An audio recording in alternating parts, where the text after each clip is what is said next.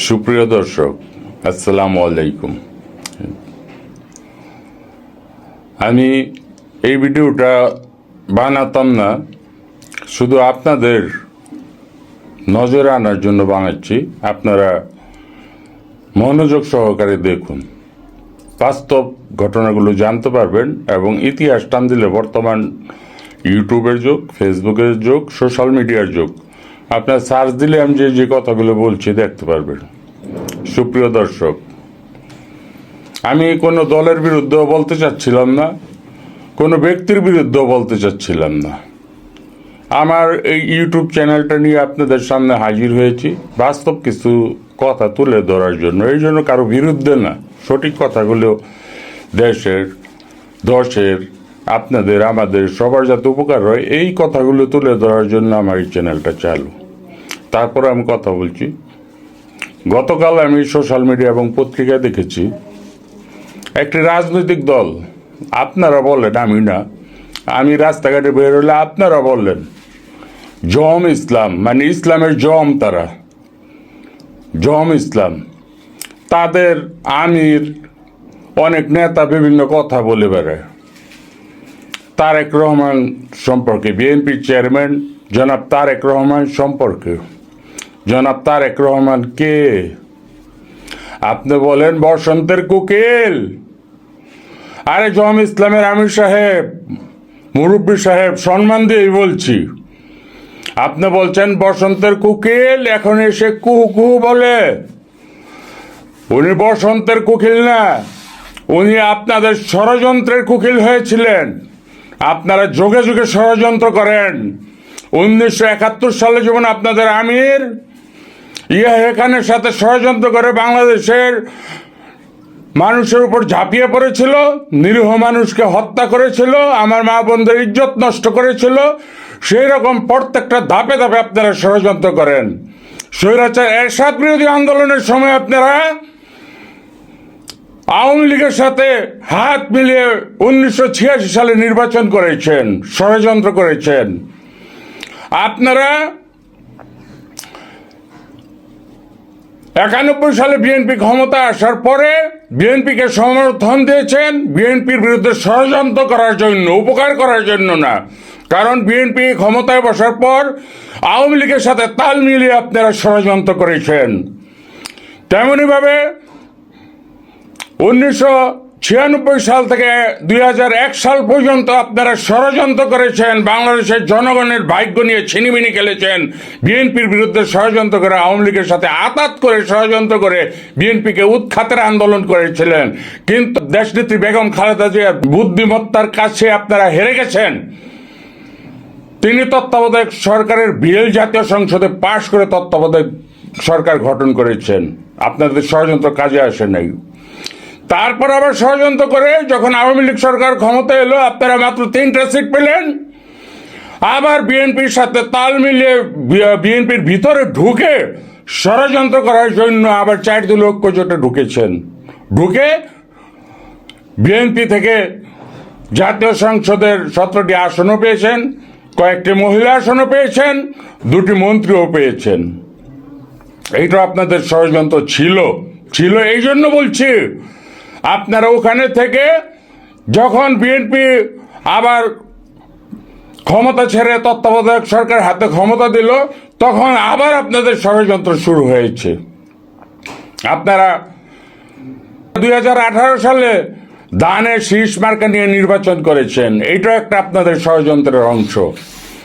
আপনারা বিগত জুলাই আন্দোলনের আগে থেকে আপনাদের খুঁজে পাওয়া যায় নাই।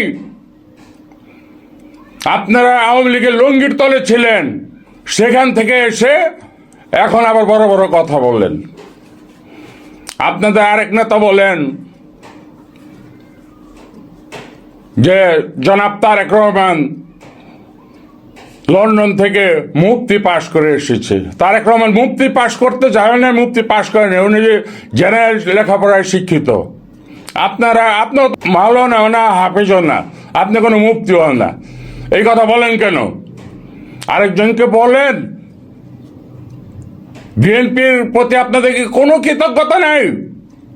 আপনারা জানেন না আপনাদের আমির গোলাম আজম যখন বাংলাদেশের নাগরিকত্ব পায় নাই, এই আমি তারেক জামাল সহ ছোট ছিলাম, মাদ্রাসায় লেখাপড়া করতাম, অধ্যাপক গোলাম আজমের নাগরিকত্ব ফিরে দেওয়ার দাবিতে আন্দোলন করেছি, জামাতে ইসলামের রাজনীতি করার আন্দোলন করেছি আমি।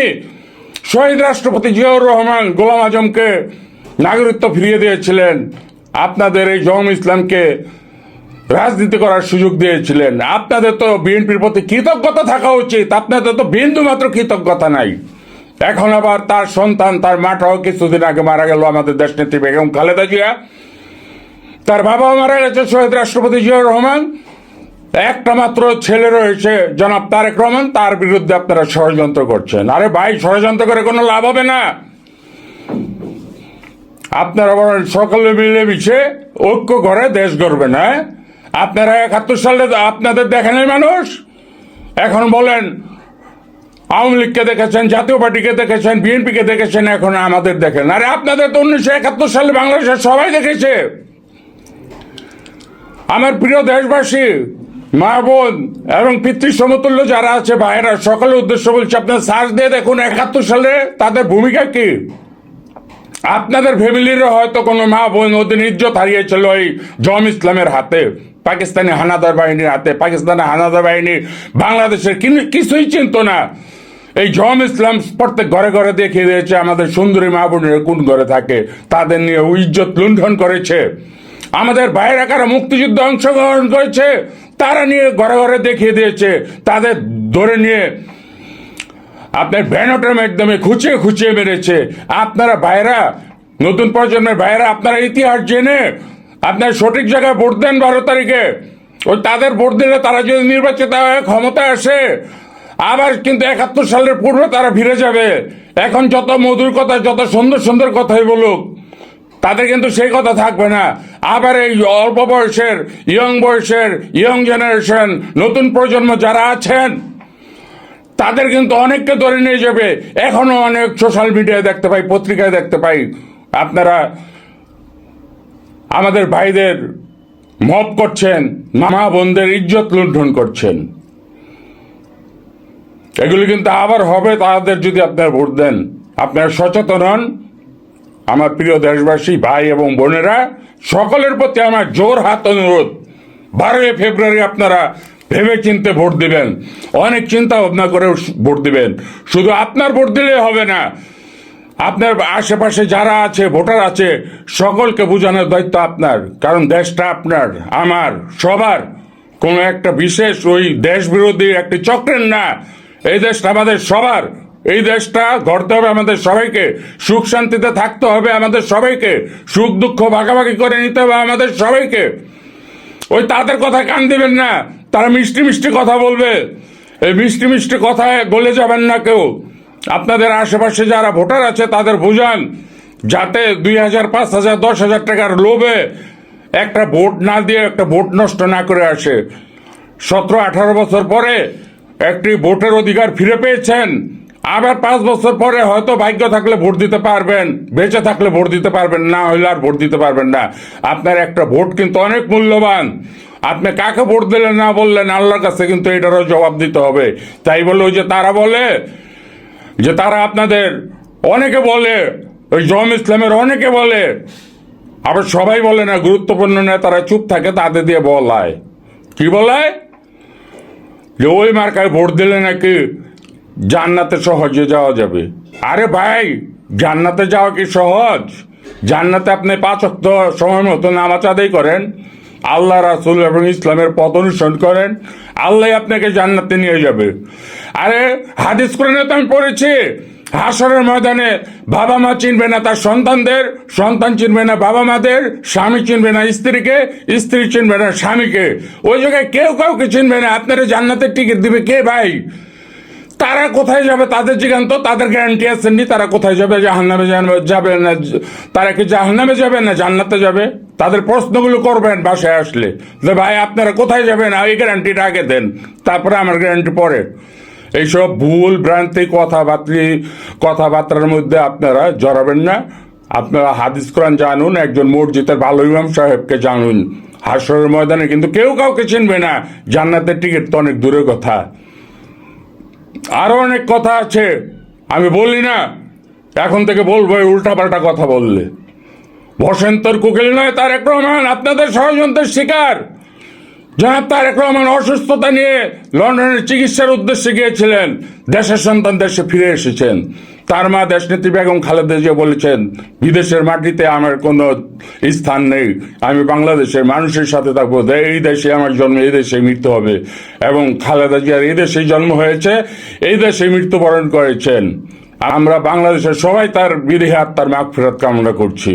তারেক রহমান কিন্তু ভেসে আসে নাই, তিনি একজন রাষ্ট্রপতির ছেলে, তিনি স্বাধীনতার ঘোষকের ছেলে, তিনি জেট ফোর্সের প্রধানের ছেলে, তিনি তিনবারের প্রধানমন্ত্রী দেশনেত্রী বেগম খালেদা জিয়ার ছেলে। সুতরাং জনাব তারেক রহমান সম্পর্কে কিছু বললে খুব হুঁশ জ্ঞান করে কথা বলবেন। আমি তারেক জামাল না, এরকম আরো তারেক জামাল, কোটি কোটি তারেক জামাল আছে, সকলের মুখ খুলতে বাধ্য করবেন না। আপনাদের কুকর্ম কিন্তু অনেক জানা আছে সবাই কিন্তু আপনাদের কুকীর্তি তুলে ধরবে। ধন্যবাদ। সুপ্রিয় দর্শক, আজ আমার কথাগুলো এখানেই শেষ করছি। আগামী আরেকটা ভিডিওতে আপনাদের সামনে আমি হাজির হব। ততক্ষণ পর্যন্ত আপনারা সবাই যে যেখানে থাকুন ভালো থাকুন, সুস্থ থাকুন এবং নিরাপদে থাকুন। আসসালামু আলাইকুম।